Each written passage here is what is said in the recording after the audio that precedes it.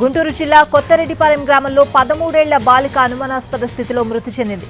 ప్రభుత్వ పాఠశాలలో 7వ తరగతి చదువుతోంది బాలిక. ఉదయం స్కూల్కు వెళ్లి అనారోగ్యంగా ఉందంటూ వెళ్లిపోయింది. స్కూల్ టైం గడిచిపోయినా ఇంటికి తిరిగి రాలేదు. దీంతో గ్రామంలోని బంధువులు ఇళ్లలో వెతికారు. తల్లిదండ్రులు ఓ ఇంట్లో అనుమానాస్పద స్థితిలో చనిపోయి కనిపించింది.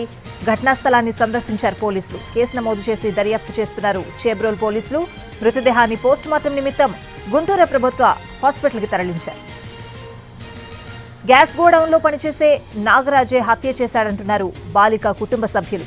వేరే ప్రాంతం నుంచి వచ్చి కొత్తరెడ్డిపాలెంలో ఉంటున్నాడు నాగరాజు. కూల్ డ్రింక్ లో మత్తుమందు కలిపి బాలికను ఎత్తుకు వెళ్లాడని అనుమానిస్తున్నారు. నాగరాజు ఇంట్లో బాలిక మృతదేహం లభ్యమైంది. నిందితుడిని కఠినంగా శిక్షించాలంటున్నారు బాలిక తల్లిదండ్రులు.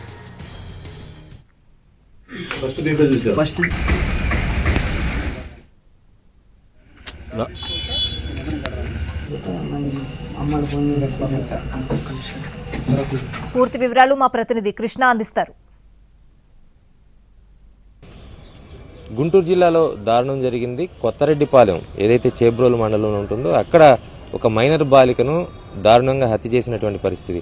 ప్రస్తుతం అనుమానాస్పద మృతి కింద కేసు నమోదు చేశారు. అయితే దానికి సంబంధించినటువంటి ఆ మైనర్ బాలికకి సంబంధించినటువంటి బంధువులు ఉన్నారు.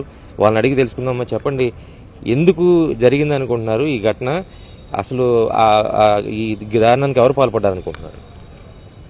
వాడెవడో మాకు తెలియదండి. వాడు అక్కడ ఉంటున్నాడంట, ఎక్కడ చేబ్రోల్లో. మరి వాడు ఎందుకు చేసిందో కూడా తెలియదు మాకు. మరి బడి నుంచి వచ్చే పిల్లని మరి పొద్దున పూట వెళ్ళేటప్పుడే చేసాడో మరి మధ్యాహ్నం చేసాడో మాకు క్యారెక్టర్ తెలియట్లేదు. ఆ పిల్ల 4 టైం అయిన తర్వాత చూస్తే ఇంటికి రాలేదని చెప్పానని వాళ్ళ పిల్లోడు మా మేనల్లుడు వాడు 15 సంవత్సరాలు ఏమంటే అమ్మాయి రాలేదా అంటే రాలేదు పోయిరా అందంట. అది అంటే పోతే చూస్తే స్కూల్ కట్టేసి ఉంది, పిల్ల రాలేదు.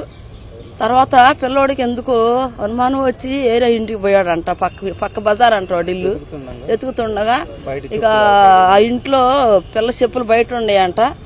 సరే చెప్పులు ఎక్కడ ఉండేయందా అని చెప్పానని పిల్లోడి ఇంటి తాళం వేసి ఉంటే కిటికీలో కొన్ని తొంగి చూస్తే పిల్ల పక్క తిరిగి పడుకొని ఉందంట. చాలా ఎర్రి కేకలు పెట్టాడంట. కేకలు పెట్టినా బలకపోయేసరికి ఇంకా పిల్లోడు తాళం పగలగొట్టుకొని ఇంట్లో పోతే పిల్ల ఏమి లేదంటండి. అది చనిపోయింది. మరి అది ఎవరు ఎట్ట చేసింది కూడా తెలియలేదు మాకు. ఆత్మహత్య మరి మానభంగమో కూడా తెలియలేదు పూర్తిగా. మాకు తెలియపరిచి మాకు కావాల్సింది ఏంటంటే ఇప్పుడు ముఖ్యంగా అలాంటిది ఎవరికి జరగకూడదు. మరి ఆ పిల్ల బయటకు రావటం మరి మాస్టర్ తెలుసో తెలియదో కూడా మాకు తెలీదు. అది కూడా మీరు విచారించాలి.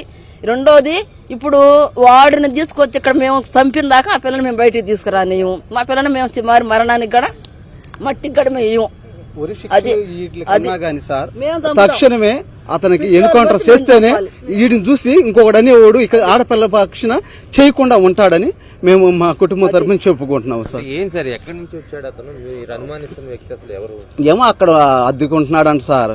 వేరే వాళ్ళ ఇంట్లో అద్దెకున్న వ్యక్తి ఇట పిల్ల బడి నుంచి కడుపులు నొప్పి అని వస్తుండగా ఆ పిల్లని మరి ఏ విధంగా తీసుకెళ్లాడు, ఎలా తీసుకెళ్లాడు తెలియదు. కూల్ డ్రింక్ ఇచ్చాడంట, థమ్సప్ పిల్లని వచ్చేటప్పుడు ఇచ్చాడంట. మరి దాంట్లో ఏమైనా ఇస్తే మరి వాళ్ళ ఇంటికి పడిపోయిందో లేకపోతే మరి ఎట్ట చేసిందో కూడా తెలియదు పూర్తిగా మాకు. పిల్ల మాత్రం ఆ ఇంట్లో చచ్చిపోయి ఉంది.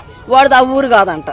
బాధిత బంధువులైతే ఎవరైతే బాలిక బంధువులైతే చెప్తున్నారు ఒక కూల్ డ్రింక్ లో మత్తుమందు కల్పించినటువంటి పరిస్థితి అయితే కనిపిస్తున్నారు. అంటే వేరే ప్రాంతం నుంచి వచ్చి ఇక్కడ అద్దెకు ఉంటూ ఉన్నాడు. అదే స్థానికంగా ఉన్నటువంటి గ్యాస్ గోడౌన్ లో పనిచేస్తూ ఉన్నాడు.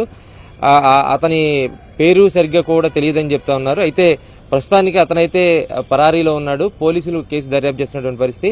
బాధితులు తక్షణం కోరుకున్నటువంటి ఏదైతే న్యాయం ఉందో అది ప్రభుత్వం నెరవేర్చి తీరాలి. ఎందుకంటే మళ్లీ అమాయక బాలికల మీద ఇలాంటి దురాఘాతాలు జరగకూడదంటే తక్షణం అతని మీద కఠినంగా శిక్షించాలనేటువంటి డిమాండ్ అయితే చేస్తున్నారు. కెమెరా పర్సన్ మురళితో కృష్ణ, ఎన్టీవీ, గుంటూరు.